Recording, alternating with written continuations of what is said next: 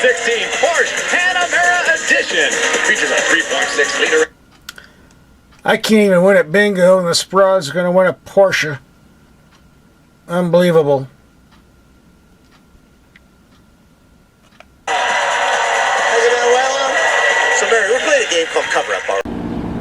We're at our secret garage getting ready to roll out the brand new 2016 Chevrolet Volt. GM did a total new restyling job on this vehicle. It's definitely better looking than the previous model, especially from the rear. A new headlight design, and we'll take a look at that right now before we continue with the other features. I think it's dark enough to try these headlights out now. From a distance of 100 feet, these are the low beams. Here we have the high beams. High beams on a building 300 feet away, plenty of light. Low beams just barely make it. Overall, not bad. For those of you who are not familiar with how the Volt system works, we'll take a quick look. Or for those of you who do, we'll give you an update. This is the port to charge the battery.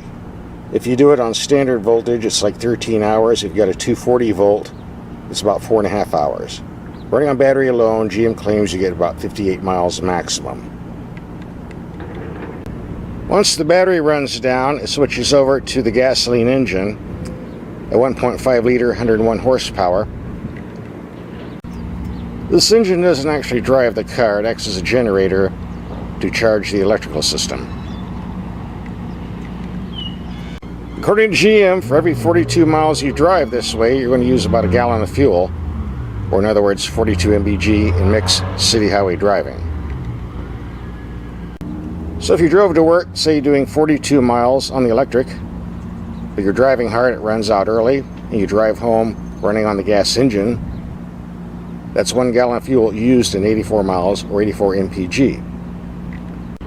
On the other hand, if you just drove 50 miles every day, you might never use gasoline at all. So it depends on your driving habits. The specs that Chevrolet gave us when this first came out is the combination of electric motor and gasoline motor puts out just under 150 horsepower overall. But there's a lot more than horsepower involved here. It's called torque, and we'll talk about that a little bit later. On the next step, we'll discuss price. Normally I do that at the end of the video, but the price of admission on the Chevy Volt has gone up over the previous model because of all the improvements they had to make, which costs money. The base car is advertised approximately $34,000. If you want one like this, well, here it is, $37,520, plus a bunch of options like lane departure alert, rear cross traffic alert, forward collision alert. All these alerts are driving the price up to $39,830. Yeah, I know, we could get a BMW for that, but you don't want a BMW. You want the Chevy Volt, or you wouldn't be watching this video, right? Chevrolet redid the Volt cabin for the 2016 model year. This is what it looks like at night. Lights up like a Christmas tree. Now we'll switch back to the daytime.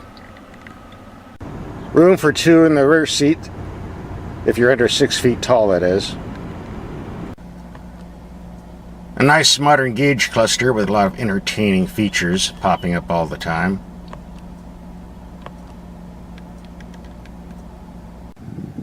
Climate controls, very simple to use. Same with the navigation stereo system. A decent sized glove box. Not much storage anywhere else, you'll definitely need it. Dinky console doesn't hold much. The Volt does not come with a spare tire, so if you get a flat you're kind of screwed, but there is a good storage area in the back here. And this is where the charging cable gets hidden, out of the way. You're taking a long interstate trip, buy yourself a spare tire and a jack and toss it back here. Save yourself a lot of grief. We had 2 minor complaints. Number 1, this auto dimming mirror does not have a turn-off switch. Not that I could find anyway. If you put a piece of tape over the sensor hole, you can turn it off that way. Hey, a cheesy fix, but it works. Number two, I would think that an electric vehicle that has every electrical gadget on the planet would have electric seats. Not to be, they're manual seats, but they say it's done to save weight. Alright, I'll buy that. But the main gripe had to do with these super extra wide rocker panels under the door. Way too wide. You rub your leg on the outside bodywork every time you get out. And to make matters worse, you have what I call the dirt shelf on the outside. Collects sand, dirt, mud, anything that happens to be out on the road, which gets all over your pants. In the past, I've gotten a few emails from people telling me that this dirt shelf actually increases airflow and helps the miles per gallon figures, but in the real world, no, it doesn't. It just gets your pants dirty. Okay, enough about the features. It's time to take this out and drive it in the real world. There is a mode button by the transmission lever. It actually gives a normal mode, a sport mode, or a mountain mode. A sport mode and a Volt. Interesting. With less than 150 horsepower pulling around 3,500 pounds, you don't expect the Volt to be very quick. But you have to understand we're putting out 249 foot-pounds of torque right from idle. So like a turbo diesel vehicle, you've got maximum thrust at all times coming from under the hood. Not fast on 0 to 60, but plenty of punch off the line.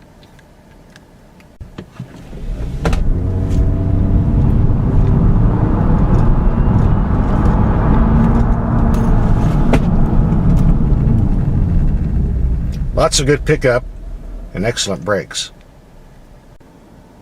As you can see, we do get some reflection of the dash in the windshield, but nothing overly serious. This is the problem at its worst. I can live with it. Let's try that again.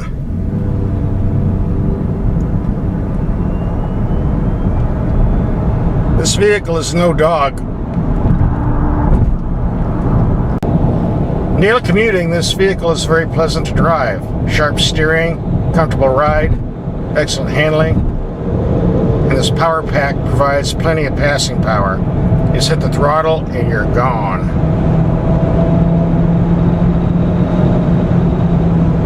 This is actually fun.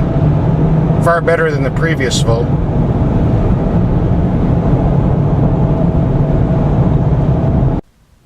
If you're watching this video, you're probably interested in the fuel economy. I just did a 41-mile highway trip running on the gasoline engine only. Got 38.1 mpg compared to 34 in hard city driving.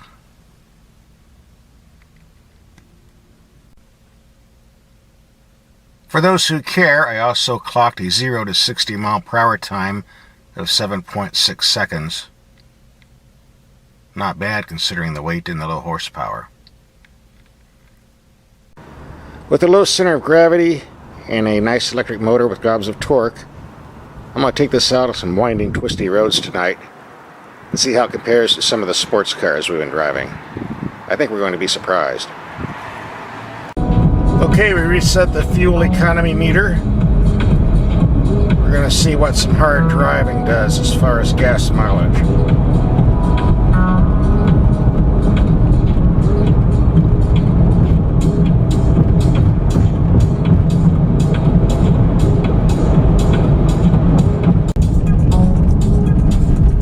Ride's a little bumpy, but it's still sticking to the road quite well, actually.